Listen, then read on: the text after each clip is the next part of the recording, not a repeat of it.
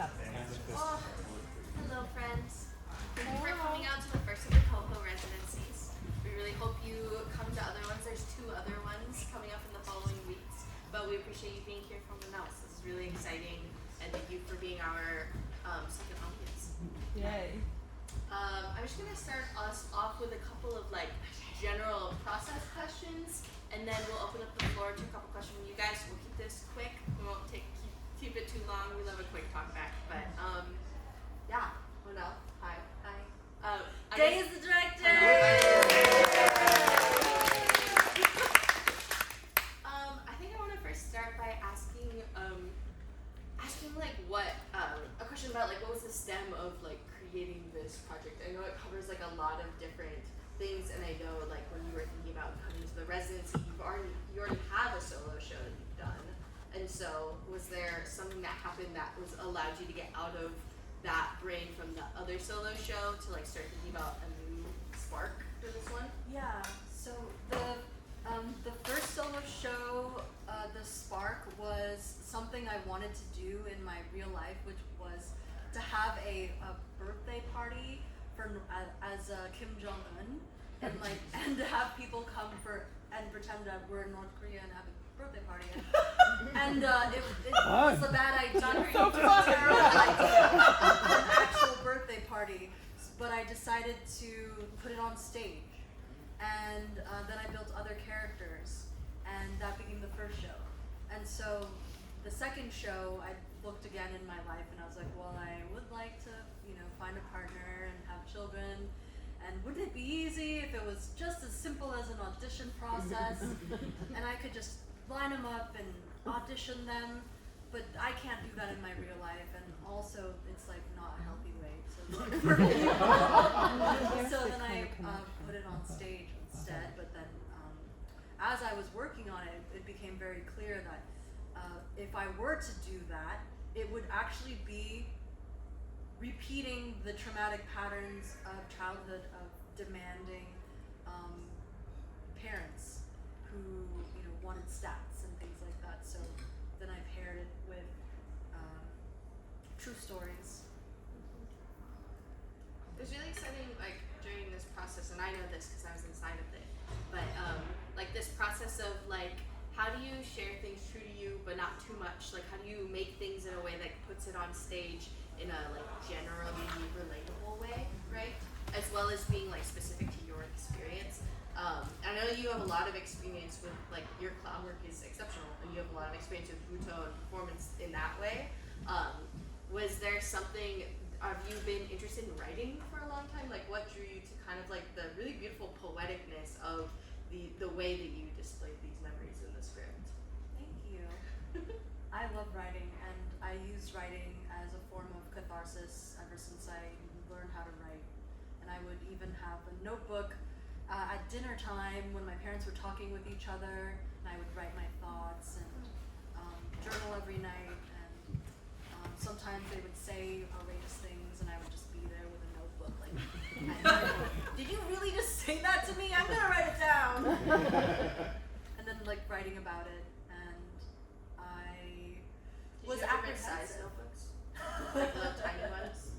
I have a lot of notebooks, and I don't know if I'll ever go through them one day, but I hope to look back and read them. You said you were apprehensive. I was apprehensive to share such personal stories on stage because I don't have an acting background. And actually what happened was in the devising process, I shared the dictionary story verbatim as if I was in that perspective. I was 9 years old, and I shared it, and everyone was like, this is a little too close for comfort. And then I learned that you have to have a metaphorical bridge, and the metaphorical bridge helps make it theater. So taking something that's true and honest, just putting it on stage as if you're reliving that moment. I learned to move away from that, and so I brought in more metaphorical bridges. I feel like that helps. I think that's acting, right? And that's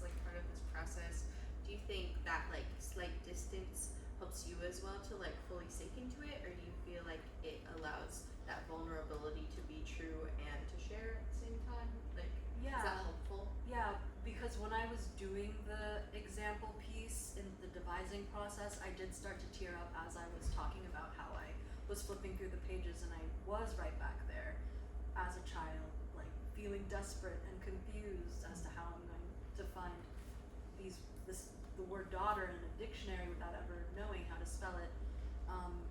And I realized that that's probably not what I wanted to do on stage. I love that. Like, that's the exciting thing about these residencies, I think, is that you get to like think about what you want and like figure out like how do you want to grow your art in a specific way and share with people. Like, it's very impressive that you're able to put on a solo show of an hour that was like freshly made. That's really exciting. Thanks to you. I want to open the floor a little bit to like any questions you guys have. We had like some terms inside of your program, but like any questions about the show that you saw? Yeah. Hi. Isabel. Well, I'm curious about the like crowd work choice and like just I was just I felt really impressed about how you were able to like feed off of people in improv, and you know that's a really challenging thing to do. So I'm curious like how that was that something that you wanted to do from the get-go, or you're like, I want to incorporate crowd work into this, and also like how has that experience been for you, like practicing that muscle? Yeah. When I first started to get into clown, I thought it was just being dumb on stage and like not being able to sit in a chair properly. And I didn't realize that there was this whole other element of interacting with the audience, letting them see you and then seeing them and connecting. And that was totally new experience for me 2 years ago when I started clowning. And I also decided to do improv at the same time, improv comedy, so thinking of something on the spot and having a conversation with someone. And that just improved my ability to speak in the moment tremendously. I think that too, that when Manalo came up to me and like started chatting about working together on this project, she like shared her like her YouTube video of the last solo show that she had done, and like I love when artists have a skill that they're already clearly like pretty good at, and like taking that and putting that into the art to ensure that like they feel confident and engaged, and like so like how do we insert like this form of art that like she does well and has learned, I guess, over the last couple of years to like do well by training in clown and improv, and how do you put it into a show? Like that felt, I think it was also very difficult to do rehearsals in any form. Right. It was How basically it was like a script with bullet points, and like Bono had ideas, but really like it was until we had an audience. Like yesterday's audience was our first audience, really, and so it was a lot of like, I feel like because you already know how to clown, almost the other elements were harder, because like it was a lot of trust that like she knows how to do this and she'll hit her points. And, Yeah, yesterday I forgot to share an entire story about my legs, so I made sure I learned that today. Memorizing script is hard, and I started off not knowing what to say in the moment, and also thinking of funny things to say. It's challenging. we have a whole script. Like it was fun because then we were like run out bullet points, and we were like, these are like talking points that you want to kind of like, if you can get through this point, here's your next arc, and like kind of keep moving, and here's how you thread it together with like the like sunk in realistic bits too. The things that I could think of in advance, I did. Like if somebody says, if I'm saying, oh, are you union? And if someone's like, no, I'm not union, then I could say, well, it doesn't seem like you look like you're union. And then if they say, yeah, I'm union, and I could say, show me your papers. And little bits like that, and also in the end, the staying or leaving, that's entirely up to the audience participant. I have a whole ending for leaving. There's a whole other ending. We got that for the first time yesterday, and we were like, oh. The person wanted to leave. It was sad time. Big clown sad. Yeah, I'm curious. Thank you. Did I answer your question? Yeah. those called reading scripts, were those, it was hard for me sometimes to tell if it was everything, especially with the participant, was on that, and they were, because they did a really good job of reading off them if it was all there, or seeing it and like performing it. Yeah, I was surprised. Yeah, good. She did very good. It was really good. And yeah, They they read everything that was on the script, Okay. and they read word for word, and it was a meta side. And I came out of like we did earlier on in the devising process. I asked Manel to come up with like 3 conversations with like different people, and some of these sides like emerged from that of like relational conversations with like outlines of kind of like what you want that relationship to kind of feel like. And Manel's writing's so funny, like her instinct writing, because it was like in 15 minutes kind of like draft out an outline of something, and the way that it's so, yeah, these sides are so meta, and they like kind of devolve, and kind of seeing this casting director fracture was so interesting to see put it into the script. Yeah. Yeah, and we started off with some Shakespeare for people to be able to like follow along, but then it like breaks down and you don't know where it's going, and it's like looking in on itself. And I wanted to, and I believe that people could follow along and understand that that was just like a mirror on a mirror on a mirror, because the world that we have created isn't real.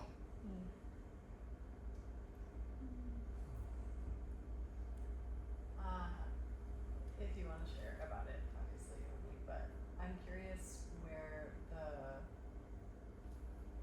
at what point in the process you realized it was a ritual, or could be, or if you wanted. No, that's a good question.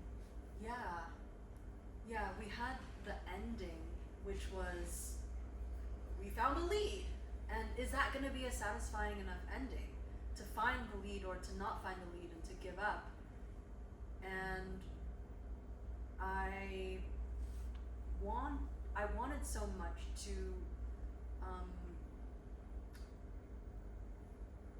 I was thinking, I was like, what am I doing here? I'm writing a play about finding a husband instead of actually going on dates. What am I doing? Is this like a good use of my time? Am I gonna like never get married and have children because I'm like busy making art about it? Like going out there and meeting people? So then I was like, you know what? I'm gonna turn this into a prayer. I'm gonna turn this into something that like has energy behind it, something that I've like whispered words into, and it was late in the process too. Like it The probably very had all of these pieces in different like places. Like we had all of these like note papers like scattered around a like empty butcher paper, and then when Monel was like, it's a ritual, I think that was the thing that like pulled it in. So we were like, oh, now this is the shape, which I think was really helpful. And my own curiosity with Korean shamanism and wanting to learn more about it. So I had to look these up. Samshin danji, the rice in the pot. Like I had no idea those existed until I started doing my own research. And those are real. It's a real ritual. We can do one more. Yeah. This will probably be a quick one because I was just wondering. There were words that were repeated over and over again. I just didn't catch like the first one. I think I heard harmony, but it was an accent when it was said every time. So I was just wondering if you could share what those words were because they seem significant. Yeah, there are 3 Korean words I use. One They're also was in the program. Samshin harmony, which is the goddess of fertility, the goddess that plants the seed. It's the physical embodiment, like putting the rice in the pot, in the clay pot, and then that goddess embodies that vase, and you put it up on the shelf, and you wrap it with mulberry paper and twine in a left-handed knot, and you put it up there inside like the inner room of the house, and then you hope to bear children. That's one. That's one. The anbang is another word that I used, which is the inner room, like the warm room.